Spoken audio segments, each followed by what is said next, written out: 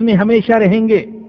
والذین آمنوا وعملوا الصالحات، اور ان کے مقابلے میں وہ لوگ جو ایمان لائے اور جنہوں نے نیک اعمال کیے. اولئک اصحاب الجنہ، یہی ہیں جنت والے. ہم فیہا خالدون، یہ جنت میں ہمیشہ رہیں گے. قرآن میں ہر جگہ آپ کو یہی ترتیب نظر آئے گی.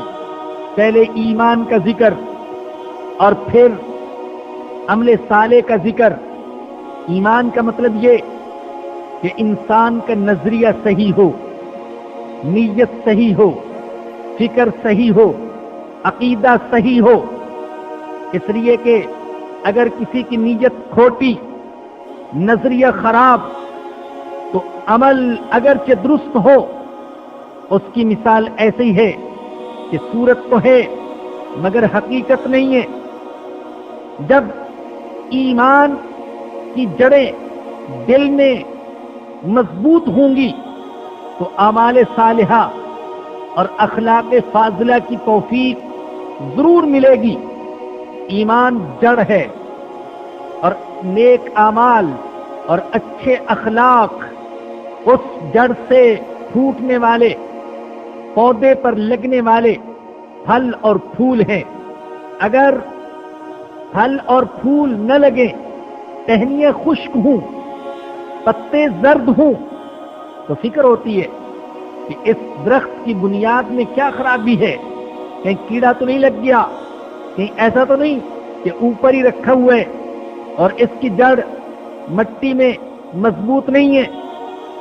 یوں ہی اگر ایک شخص مومن ہونے کا تو دعویٰ کرتے لیکن نہ اعمال اچھے نہ اخلاق اچھے، تو اسے اس بارے میں فکر مند ہونا چاہیے کہ کہیں ایسا تو نہیں کہ ایمان کا دعویٰ تو ہے مگر ایمان کی حقیقت نصیب نہیں. دل کی زمین میں ایمان کی جڑیں مضبوط نہیں ہوئی. پورا قرآن اٹھا کر دیکھ لیجئے، اللہ نے ایمان کے ساتھ عمل صالح کا بھی ذکر کیا ہے. والذین آمنوا وعملوا الصالحات، ان الذین آمنوا وعملوا الصالحات. اور اگر کوئی ایسا بد نصیب ہو کہ ایمان کا دعویٰ بھی کرتے اور ساری صلاحیتیں نیکی کو روکنے میں لگا دیتا ہے، تو ایسے شخص کا دعویٰ، ایمان کا دعویٰ، جھوٹا دعویٰ ہے. نہ صرف یہ کہ اسے نیکی کی توفیق نہیں ہوتی بلکہ اس کی بجائے اپنی ساری صلاحیتیں نیکی کو روکنے میں لگاتا ہے. والذین آمنوا وعملوا الصالحات، اور وہ لوگ جو ایمان لائے اور جنہوں نے نیک اعمال کیے. اولئک اصحاب الجنہ، یہی ہیں جنت والے. ہم فیہا خالدون، وہ اس میں ہمیشہ رہیں گے. وَإِذْ أَخَذْنَا مِيثَاقَ بَنِي إِسْرَائِيلَ لَا تَعْبُدُونَ إِلَّا اللَّهَ، اور ہم نے اسرائیل کی اولاد سے پختہ عہد لیا تھا. کن باتوں کا عہد؟ یہاں 8 باتیں ذکر فرمائی، 8 احکام. جیسے یہ 8 احکام بنی اسرائیل کے لیے تھے، اسی طریقے سے یہ 8 احکام مسلمانوں کے لیے بھی ہیں. اور اللہ اسی لیے ذکر فرما رہے ہیں، محض یہود کی برائی برائے برائی کرنا مقصود نہیں ہے بلکہ مسلمانوں کو عبرت دلانا، عمل پر آمادہ کرنا، نصیحت کرنا، سمجھانا مقصود ہے کہ ہم نے بنی اسرائیل سے 8 وعدے لیے تھے، 8 حکم دیے تھے.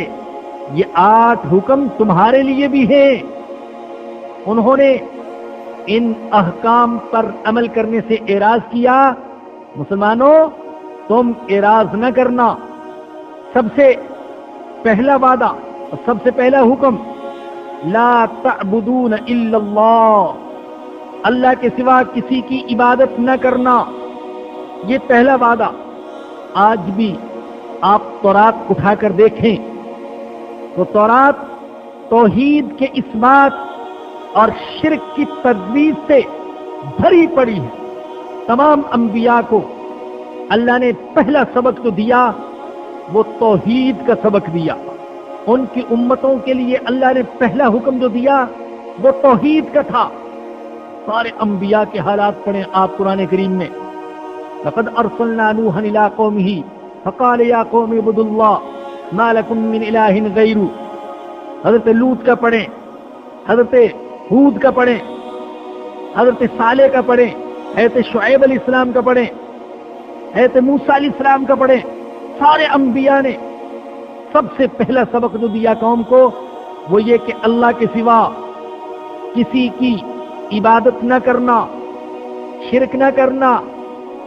ہر گناہ قابل معافی ہے لیکن شرک ناقابل معافی گناہ ہے. اور یہ بھی جان لیجئے کہ شرک جلی بھی ہوتا ہے اور شرک خفی بھی ہوتا ہے. ایک حدیث میں ہمارے آقا سرور دو عالم صلی اللہ علیہ وسلم نے فرمایا, مجھے اپنی امت کے بارے میں سب سے زیادہ شرک خفی کا ڈر ہے. عرض کیا گیا یا رسول اللہ شرک خفی کیا ہے؟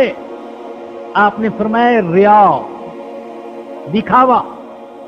عمل کریں گے مگر اللہ کو راضی کرنے کے لیے نہیں, دکھاوے کے لیے.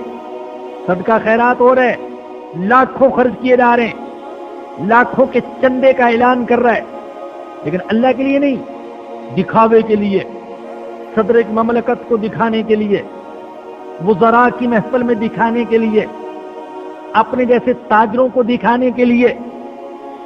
اللہ اکبر. دولت کی نمائش, ریا اور دکھاوا. پچھلے دنوں اخبار میں دیکھا سیلاب زدگان کے لیے فنڈ جمع کیا جا رہا ہے. مختلف فنکار اور فنکارائیں بھی میدان میں, اور ایک فنکارہ پیشکش کرتی ہے کہ جو 20 لاکھ روپے دے میں اس کے ساتھ بیٹھ کر چائے کا ایک کپ پیوں گی. اور پاکستان کا ایک مسلمان وہ اٹھتا ہے, اس پیشکش کو قبول کرتا ہے. ایک چائے کا کپ پینے کے لیے ایک طوائف کے ساتھ, ایک بدنام زمانہ عورت کے ساتھ, عریانیت کا سبق دینے والی کے ساتھ ایک چائے کا کپ پینے کے لیے وہ 20 لاکھ روپے دیتا ہے. اور اللہ کی رضا کے لیے شاید وہ 20,000 بھی دینے کے لیے تیار نہ ہو. کیا اللہ کی رضا اتنی ہلکی چیز ہو گئی؟ لوگوں کی تعریفیں, لوگوں کی شاباش, لوگوں کی واہواہ یا اتنی قیمتی چیز, اور اللہ کی رضا اتنی ہلکی چیز کہ اللہ کی رضا کے لیے نہیں دیتا, لوگوں کو دکھانے کے لیے, سخی کہلوانے کے لیے, قصیدے سننے اور سنانے کے لیے خرچ کرتے ہیں. تو یہ شرک خفی. اللہ کے نبی نے فرمایا, سچے آقا نے فرمایا, اللہ ایسے لوگوں کو قیامت کے دن کہے گا جاؤ تمہارے اعمال کی میرے پاس کوئی جزا نہیں, انہی سے جزا مانگو جن کو دکھانے کے لیے اور جن کو خوش کرنے کے لیے تم نے یہ عمل کیا تھا. ارے بدنصیب, تجھے قیامت کے دن کہا جائے گا جا غریبوں کے لیے یہ 20 لاکھ روپے دینے کا صلہ اسی طوائف سے مانگ جسے خوش کرنے کے لیے تو نے دیا. تو شرک خفی بھی حرام اور شرک جلی وہ تو ہے ہی حرام. اللہ کے سوا کسی اور کی عبادت, بتوں کی عبادت, قبروں کو سجدے, درگاہوں پر رکوع, مردوں سے مانگنا, اولاد مانگنا, شفا مانگنا, عزت مانگنا, دولت مانگنا, رزق مانگنا, یہ شرک. مت سوچیے کہ لات و حبل کے سامنے سجدہ تو حرام تھا اور آج پیروں, فقیروں, ولیوں, درویشوں, نبیوں, صحابیوں, شہیدوں کی قبروں پر سجدہ کرنا یہ حلال ہے؟